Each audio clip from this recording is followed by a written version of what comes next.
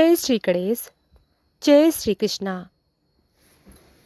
साथियों, आज हम श्रीमद् भगवत गीता के उस अध्याय में प्रवेश करने जा रहे हैं जिसे स्वयं भगवान ने सबसे पवित्र, सबसे रहस्यमय और सबसे गुप्त ज्ञान कहा है।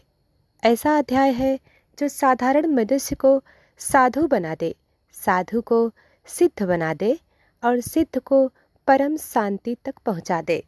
प्रिय भक्तजनों, आइए आरंभ करते हैं श्रीमद् भगवत गीता अध्याय 9, राज्य विद्या राज योग। भगवान द्वारा दिया गया सर्वश्रेष्ठ, परम गोपनीय, सबसे पवित्र ज्ञान। प्रिय भक्तजनों, कुरुक्षेत्र का युद्ध भूमि रथ पर खड़े हैं अर्जुन।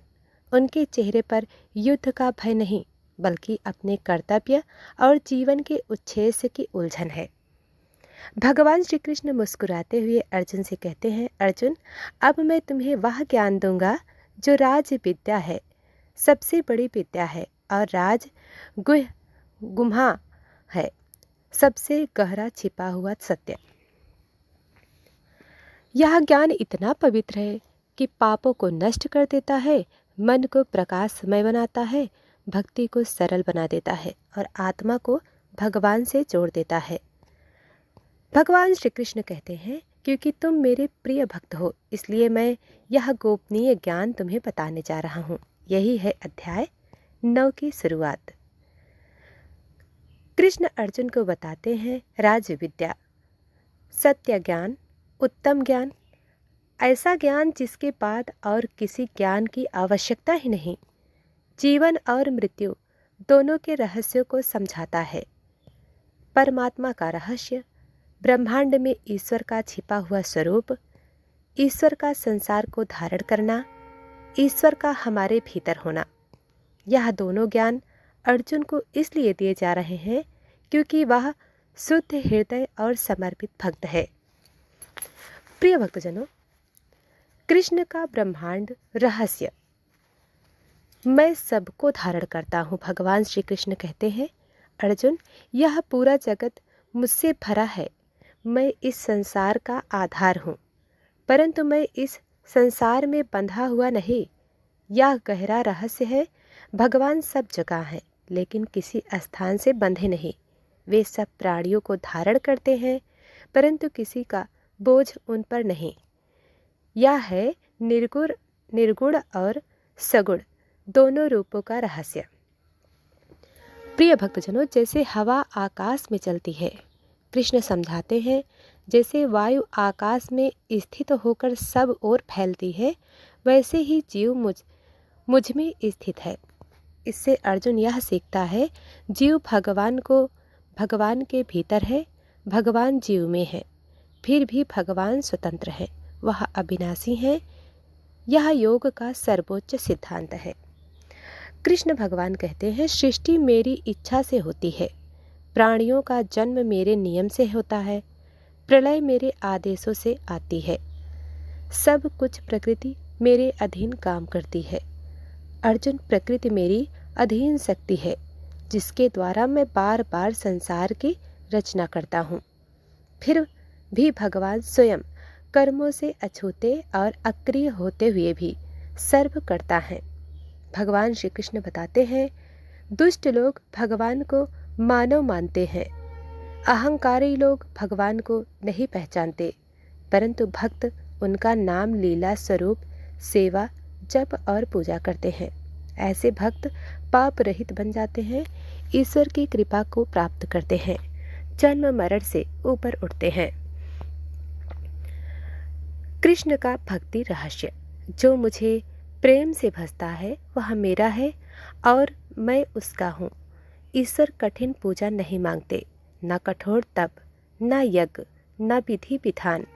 वे कहते हैं, यदि कोई मुझे प्रेम से एक पत्ता, एक फूल, एक फल या जल भी अर्पित करे तो मैं उसे आनंद से स्वीकार करता हूँ। यही अध्याय 9 का हृदय है। प्रिय भक्तजनों, कृष्ण अर्जुन से कहते हैं, अर्जुन, मैं सबको समान दृष्टि से देखता हूँ। कोई मेरा शत्रु नहीं है, कोई मेरा विशेष मित्र भी नहीं है, लेकिन जो मेरी भक्ति करता है वह मुझ में है और मैं उसमें प्रकट होता हूँ। यह वाक्य दर्शाता है ईश्वर निष्पक्ष है, भक्त के प्रति दयालु, समता वाला प्रेम रूप। भगवान श्री कृष्ण कहते हैं, यदि अर्जुन, यदि कोई अत्यंत पापी भी अनन्य भाव से मेरा भजन करे तो वह भी शीघ्र ही धर्मात्मा बन जाता है। यह मानव जाति के लिए सबसे बड़ा दिव्य संदेश है। भगवान सुधारते हैं, अपनाते हैं, क्षमा करते हैं और उभारते हैं। कृष्ण भगवान कहते हैं, मेरी शरण में आओ, मैं तुम्हें पापों से मुक्त कर दूंगा। भगवान श्री कृष्ण आगे कहते हैं, अर्जुन, मुझे स्मरण करो, मेरी पूजा करो, मुझे नमस्कार करो, मेरी शरण में आ जाओ, तुम निश्चय ही मुझे प्राप्त हो जाओगे। प्रिय भक्तजनों, कुरुक्षेत्र के युद्ध भूमि पर सूर्य ढल रहा था, धूल उड़ रही थी, शंखों की आवाजें युद्ध से पहले की बेला का संकेत दे रही थीं। लेकिन दो आत्माएं, अर्जुन और श्री कृष्ण, इस समय संसार के सबसे पवित्र संवाद में डूबे थे। अर्जुन, जो अब तक कई प्रश्न पूछ चुका था, धीरे धीरे महसूस करने लगा था कि कृष्ण केवल एक सारथी नहीं, बल्कि स्वयं वह शक्ति है जो पूरे ब्रह्मांड को धारण करता है। उसकी आंखों में श्रद्धा बढ़ती जा रही थी। इसी बीच श्री कृष्ण शांत स्वर में अध्याय 9 का राज्य विद्या और राज रहस्य समझाना शुरू करते हैं। श्री कृष्ण आगे कहते हैं, अर्जुन, लोग मुझे केवल इस देह में देखते हैं। वे मेरे इस मानव रूप को देखकर सोचते हैं कि मैं भी उन्हीं की तरह साधारण मनुष्य हूँ, लेकिन वे यह नहीं जानते कि मैं सभी लोगों का स्वामी हूँ, अक्षर, अविनाशी, अनंत, काल और प्रकृति से परे। अर्जुन ध्यान से सुन रहा होता है। उसने पहली बार महसूस किया कि मनुष्य केवल वही देखता है जो उसकी आंखें समझ सकती हैं, लेकिन भगवान का स्वरूप आँखों से नहीं, हृदय से जाना जाता है। भगवान कृष्ण आगे बताते हैं, अर्जुन, कुछ लोग अहंकार से अंधे होते हैं। उनके मन में ईर्ष्या, घृणा, द्वेष और पाप भरा होता है। वे मेरे ज्ञान को नहीं समझ पाते। ऐसे लोग संसार के बंधन में पड़े रहते हैं, इंद्रियों के पीछे भागते हैं, मिथ्या ज्ञान में उलझते रहते हैं। लेकिन भक्त ऐसा नहीं करते। भक्त मुझे जानने का प्रयास करता है, मुझे पुकारता है, मेरा स्मरण करता है और मेरे नाम का जप करता है। यह सुनकर अर्जुन को लगा, आखिर ज्ञान का वास्तविक अर्थ क्या है? क्या ज्ञान वही है जो पढ़ा जाए, या वह है जिससे हृदय बदल जाए? भगवान श्री कृष्ण प्रेम पूर्वक कहते हैं, अर्जुन, मेरे भक्त 3 प्रकार के होते हैं। ज्ञान योगी, जो मुझे बुद्धि से जानने का प्रयास करते हैं। नंबर 2, ध्यान योगी, जो मुझे ध्यान में मेरे निराकार रूप का चिंतन करते हैं। भक्त योगी, जो प्रेम और भक्ति से मेरा नाम जपते हैं। ये 3 मार्ग अंत में मुझ तक ही लाते हैं, लेकिन जो प्रेम करता है वह मुझे सबसे प्रिय है। यहाँ अध्याय 9 का एक गहरा संदेश खुलता है। भगवान बुद्धियों से नहीं, तर्कों से नहीं, विज्ञान से नहीं, केवल प्रेम से प्रसन्न होते हैं। भगवान श्री कृष्ण आगे कहते हैं, अर्जुन, जब सृष्टि का समय आता है, मैं प्रकृति को अपनी शक्ति से उद्बोधित करता हूँ। प्रकृति सभी जीवों को जन्म देती है। जब प्रलय का समय आता है, सब कुछ अपने मूल स्वरूप में लौट जाता है। यह सब कुछ होता है, लेकिन मैं इससे प्रभावित नहीं होता, क्योंकि मैं कर्म करता हुआ भी कर्म से अछूता हूँ। यहाँ भगवान का स्वरूप एक साधारण मनुष्य की सीमा से परे है। साधारण मनुष्य कर्म करता है और कर्म का फल उसे बांधता है, लेकिन भगवान कर्म करते हुए भी स्वयं निर्लिप्त, निर्विकार और शाश्वत रहते हैं। भगवान श्री कृष्ण एक अद्भुत उपमा देते हैं, अर्जुन, हवा आकाश में रहती है और आकाश से अलग नहीं, लेकिन आकाश हवा से मुक्त है। उसी तरह सब जीव मुझ में रहते हैं, मेरी शक्ति से चलते हैं, मुझसे संचालित होते हैं, पर मैं उनसे स्वतंत्र हूँ। यहाँ एक दिव्य सत्य है, ईश्वर सब में है और सब ईश्वर में है, लेकिन ईश्वर किसी से बंधा नहीं। भगवान आगे कहते हैं, अर्जुन, कुछ लोग देवताओं की पूजा करते हैं, कुछ यज्ञ करते हैं, कुछ तप करते हैं, कुछ व्रत करते हैं, लेकिन याद रखना, ये सब मेरे ही रूपों की पूजा करते हैं। भक्त किसी भी देवता की पूजा करे, उसकी पूजा अंततः मुझ तक ही पहुंचती है। अर्जुन इस बात को सुनकर चकित था। उसे लगा कि कृष्ण उसे ईश्वर की एकता का रहस्य बता रहे हैं। देवता अनेक है पर ईश्वर एक है। भगवान आगे कहते हैं, अर्जुन, तुम सोचते हो कि मैं बड़ी बड़ी पूजा से प्रसन्न होता हूँ। नहीं, मैं तो प्रेम से प्रसन्न होता हूँ। जो मुझे प्रेम से एक पत्ता, एक फूल, एक फल या जल तक भी अर्पित करे, मैं उसे प्रेम से स्वीकार करता हूँ। यह संदेश यह बताता है, ईश्वर वैभव नहीं देखते, ईश्वर रूप नहीं देखते, ईश्वर केवल भाव देखते हैं। भक्ति एक अनुभूति है, किसी नियम या प्रक्रिया से बंधी नहीं। भगवान श्री कृष्ण भगवान आगे कहते हैं, मेरे लिए कोई प्रिय अप्रिय नहीं है। मैं सबको समान दृष्टि से देखता हूँ, लेकिन जो भक्त मुझे प्रेम करता है, मुझ में लीन होता है, मैं स्वयं उसमें बस जाता हूँ।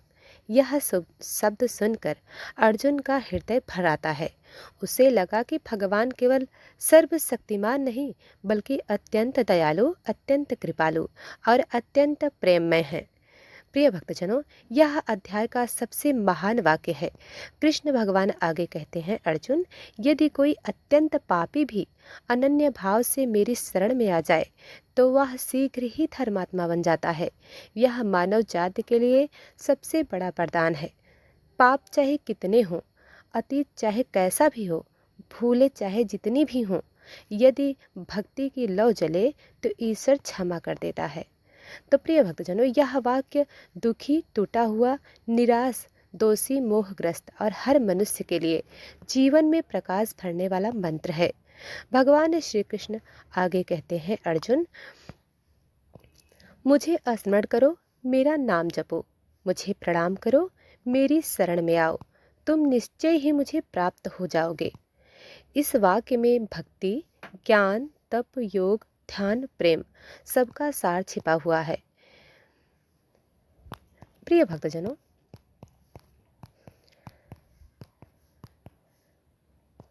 कुरुक्षेत्र में युद्ध का वातावरण था।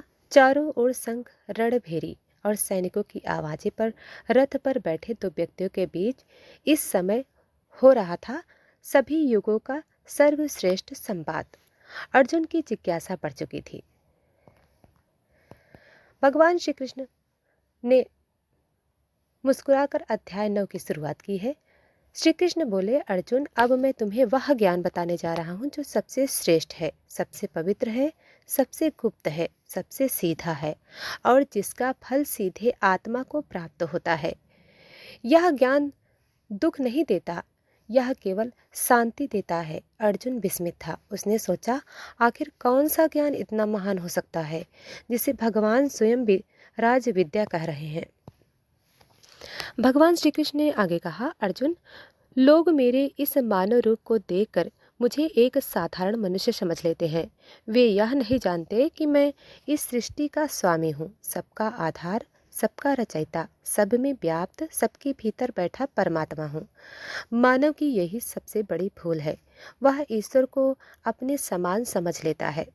भगवान श्री कृष्ण बोले, अर्जुन, मैं इस संसार को उत्पन्न करता हूँ, धारण करता हूँ, चलाता हूँ, लेकिन उससे जरा भी बंधा नहीं रहता। सृष्टि की चक्रवात में असंख्य जीव आते जाते रहते हैं, लेकिन मैं अनंत हूँ, अचल हूँ। मानो कृष्ण अर्जुन को बता रहे हों, सब कुछ मुझसे चलता है, पर मैं किसी से संचालित नहीं हूँ। माया के कारण जीव ईश्वर को भूल जाता है। कृष्ण भगवान की गहरी आवाज में कहते हैं, अर्जुन, यह मेरी माया है, सबको भ्रम में डालती है। जो इस माया को पार कर लेता है वही मेरे स्वरूप को जान लेता है। अर्जुन ने यह सुनकर महसूस किया कि संसार में सबसे कठिन कार्य है माया पर विजय। लेकिन भगवान आगे उम्मीद भी देते हैं।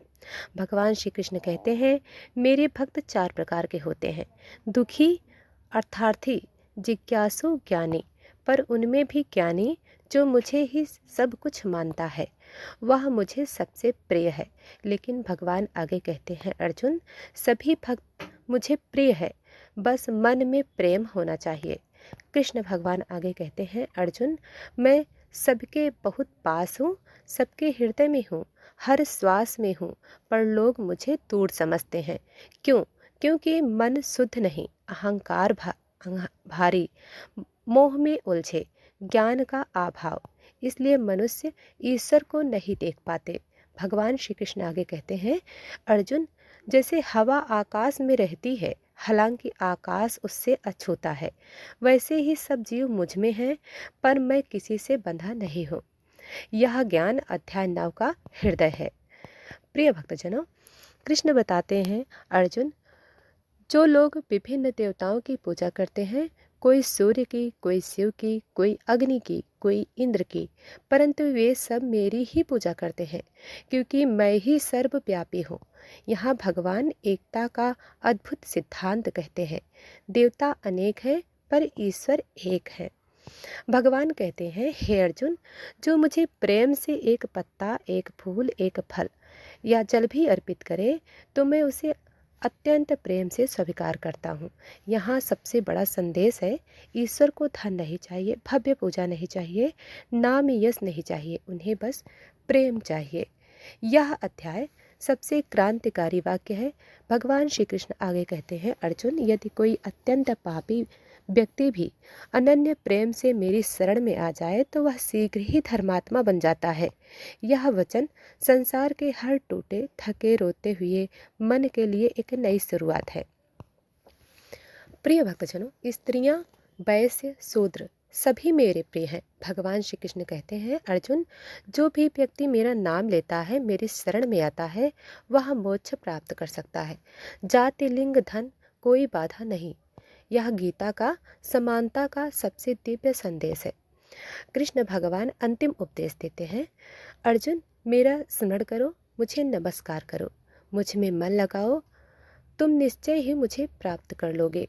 यह अध्याय का अंतिम और सबसे शक्तिशाली, सरल और सबसे प्रभावशाली संदेश है। तो प्रिय भक्तजनों, यह अध्याय सभी अध्यायों का दिल है। भगवान का स्वरूप, शक्ति, प्रेम सब स्पष्ट होता है। कर्म, ज्ञान, भक्ति सबका सार समझ आता है। पाप, कमजोरी, गलती सब भक्ति से मिट जाते हैं। ईश्वर भव्य पूजा नहीं, प्रेम मांगते हैं। समानता, शरण, श्रद्धा सबका द्वार खुलता है। तो प्रिय भक्तजनों, अंतिम संदेश, भक्ति करो, स्मरण करो, प्रेम करो, ईश्वर आपके साथ है। तो प्रिय भक्तजनों, यह था श्रीमद् भगवद गीता के सार अध्याय 9। अगर कथा पसंद आए तो वीडियो को लाइक करके चैनल को सब्सक्राइब जरूर करें। धन्यवाद।